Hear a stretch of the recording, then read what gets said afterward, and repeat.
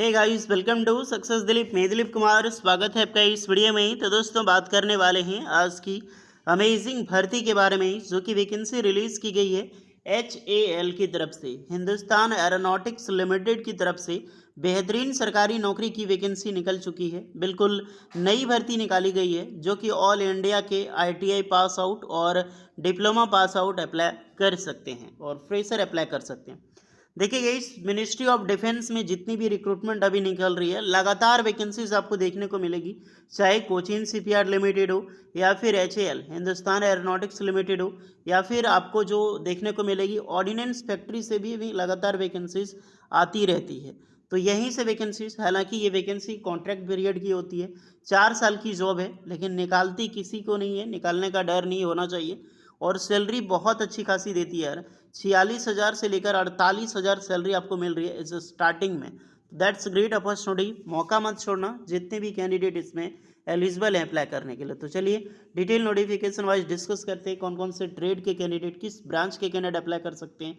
इसलिए अगर आप चैनल पे नए हैं, सब्सक्राइब कर लीजिएगा, बेल आइकन को प्रेस कर लें, और आप अपना ट्रेड, अपना ब्रांच ज़रूर कमेंट करके बताएं। ITI पास आउट स्टूडेंट अपना ट्रेड बताएगा, डिप्लोमा वाला अपना ब्रांच बताएगा। मैं आपके कमेंट के नीचे कमेंट कर दूंगा आप एलिजिबल हो अप्लाई करने के लिए या फिर एलिजिबल नहीं हो। तो let's start guys. Ministry of steel ने एक बेहतरीन अपॉर्चुनिटी लॉन्च की गई है आप सारे स्टूडेंट के लिए, जो कि मैं बताने वाला हूँ।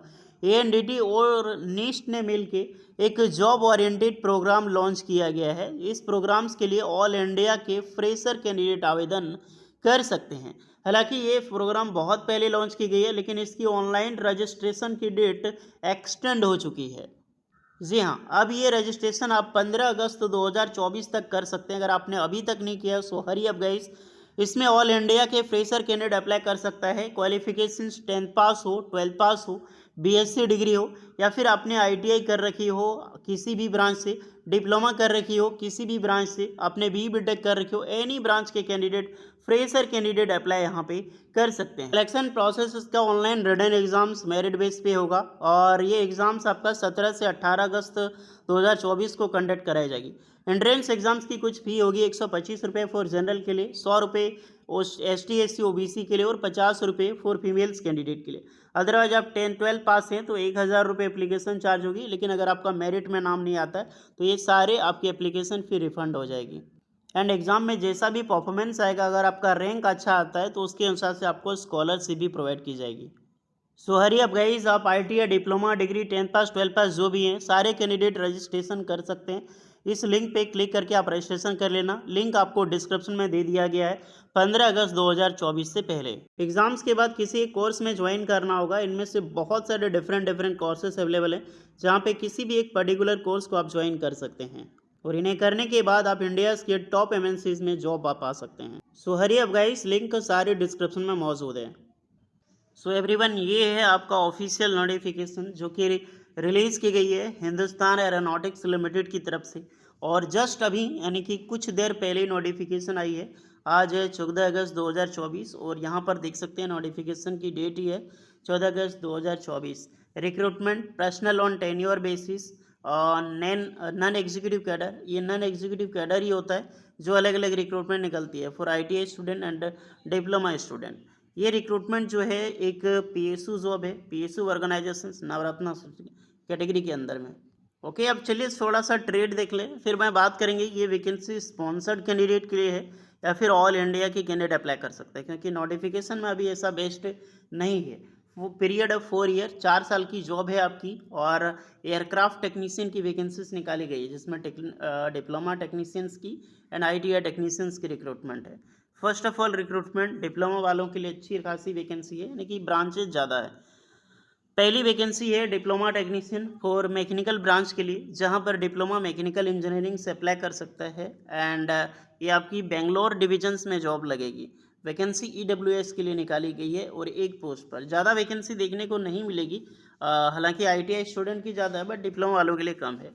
डिप्लोमा टेक्नीशियन इलेक्ट्रिकल, तो इलेक्ट्रिकल इंजीनियरिंग से अप्लाई कर सकता है जिससे डिप्लोमा किया है। ये OBC के लिए पोस्ट है। मैं कैटेगरी बता देता हूँ ताकि आपको आसानी हो। नेक्स्ट है इलेक्ट्रॉनिक कम्युनिकेशंस में, तो डिप्लोमा इलेक्ट्रॉनिक कम्युनिकेशन या फिर टेलीकम्युनिकेशंस इसमें अप्लाई कर सकता है। बेंगलोर में जॉब लोकेशंस होगी, ओबीसी के लिए और जनरल के लिए। तो इसमें जनरल की 2 वैकेंसी है, तो सारे कैंडिडेट अप्लाई कर सकते हैं। जनरल में वैकेंसी निकलना यही होता है। नेक्स्ट रिक्रूटमेंट, अब इसमें अच्छी खासियत से ध्यान रखना, एयरक्राफ्ट टेक्नीशियन की वैकेंसी है। पहले डिप्लोमा टेक्नीशियंस की बताई मैंने, एयरक्राफ्ट टेक्नीशियन में इलेक्ट्रिकल ब्रांच की वैकेंसीज है। सो यहाँ पर भी डिप्लोमा इलेक्ट्रिकल या फिर इलेक्ट्रॉनिक्स इंजीनियरिंग यानी कि इलेक्ट्रिकल इलेक्ट्रॉनिक्स से कर रखी है, बिल्कुल अप्लाई कर सकते हैं। 4 जगह से वैकेंसी निकाली गई, जामनगर, भुज, गोरखपुर एंड अम्बाला। अलग अलग बेसिस पे रिक्रूटमेंट है। जनरल में अच्छी खासी रिक्रूटमेंट है, 3-2-5 और 6-2-8 पोस्ट पर रिक्रूटमेंट निकाली गई है सिर्फ जनरल में। तो मौका मत छोड़ना, अप्लाई ज़रूर करें। 10 पोस्ट है तो इसमें ज़रूर अप्लाई करें। उसके बाद रिक्रूटमेंट यहाँ पर मैं बात करने वाला हूँ, जो वैकेंसीज निकाली गई है डिप्लोमा टेक्नीशियन फॉर इलेक्ट्रिकल्स में। ओके, तो इलेक्ट्रिकल्स में अगर मैं बात करूँ तो यहाँ पर diploma in engineerings electrical electronics, ये भी बेंगलोर में, बट ये एक पोस्ट पर है ओनली ईडब्ल्यूएस वालों के लिए।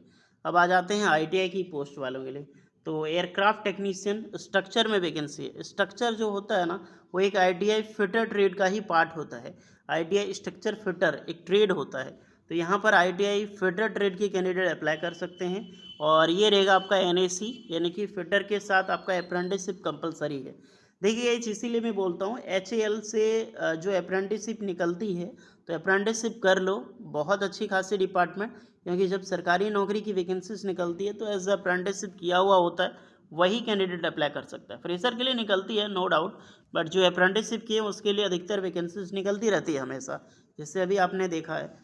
बिल्कुल। उसके बाद नेक्स्ट रिक्रूटमेंट है ऑपरेटर। ऑपरेटर में ग्राइंडर की पोस्ट है, जहाँ पर आईटीआई मशीनिस्ट ग्राइंडर हो गया या फिर ग्राइंडर मशीनिस्ट, ये सारी ट्रेड के कैंडिडेट अप्लाई कर सकते हैं, जो भी आपका ग्राइंडर है।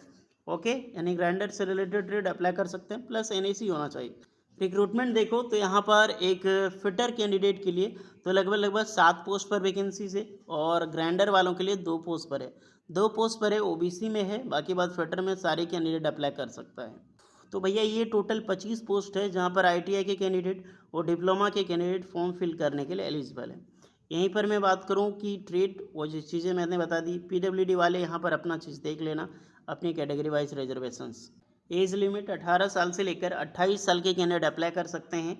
31 जुलाई 2024 को आपकी एज जो है वो काउंट की जाएगी। बाकी बात एज रिलैक्सेशन प्रॉपर मिलेगी, एसटीसी वालों को 5 पॉइंट, ओबीसी वालों को 3 ईयर्स का। एनी डाउट्स एज रिलैक्सेशंस में कमेंट कर सकता है student. Post qualifications experience, the upper age limit in relaxable और रेडिटेड in with relevant post qualifications extend to a maximum extent of 7 year. ये कंपलसरी नहीं है, इनके बारे में बताया गया। एक्सपीरियंस अगर आपका है तो उसके अकॉर्डिंग आपको, एक्सपीरियंस के अकॉर्डिंग आपको एज में ज़्यादा रिलैक्सेशंस देखने को मिलेगी। टेन्योर ऑफ एंगेजमेंट मैं बता चुका हूँ कि 4 साल की जॉब है आपकी, और ये कॉन्ट्रैक्ट बेसिस पे है, लेकिन घबराएं नहीं, जब आपकी जॉब लगेगी तो आपको निकाला नहीं जाएगा। एचएएल और ना ही जो वैकेंसी आई थी गोवा शिपयार्ड लिमिटेड से, वो भी अभी तक नहीं निकाला है। इसकी ट्रेनिंग 8 वीक का होता है, लगभग मान के चलो 2 महीने तक आपकी ट्रेनिंग होगी। उसके बाद आपको एज अ ग्रेड पे के हिसाब से जॉब्स पे रख लिया जाएगा।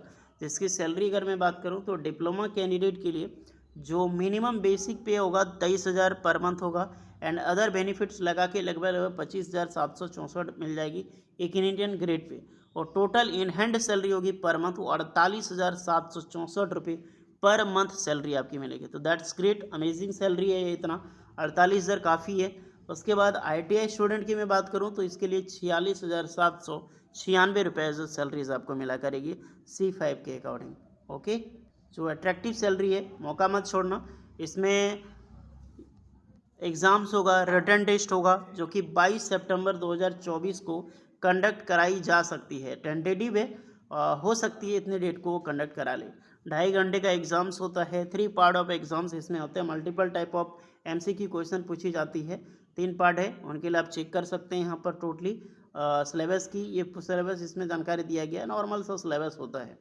अब जो भी इंटरेस्टेड कैंडिडेट है अप्लाई करने के लिए 200 रुपये एप्लीकेशन चार्ज यहाँ पर लगने वाला है, लेकिन फॉर्म जो अभी स्टार्ट नहीं है, प्लस 18% जीएसटी भी लगेगा।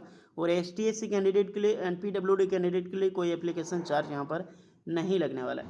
फॉर्म अभी से नहीं, 15 अगस्त से नहीं, बिल्कुल 20 अगस्त से फॉर्म स्टार्ट है। तो अभी आज से आप भरने स्टार्ट मत कर देना, 20 अगस्त से स्टार्ट है और 30 अगस्त 2024 तक इसकी लास्ट डेट है फॉर्म भरने की। ओके, तो सारी चीज़ें मैंने बताई है, कुछ एक्स्ट्रा डाउट है कमेंट करके बताना। अभी तो बताया जा रहा है कि ऑल इंडिया के कैंडिडेट अप्लाई कर सकता है, लेकिन मैं भी ये एक स्पॉन्सर्ड कैंडिडेट के लिए है, तो जैसे ही फॉर्म लिंक ओपन होती है तो पता चल जाएगा। ओके, तो फॉर्म आपको 20 अगस्त को ही देखने को मिलेगी। एक्स्ट्रा कुछ डाउट है तो कमेंट करके बताइएगा। वीडियो इस पर लगी हो so please like share and subscribe करें। मिलते हैं नेक्स्ट वीडियो में, तब तक के लिए जय हिंद।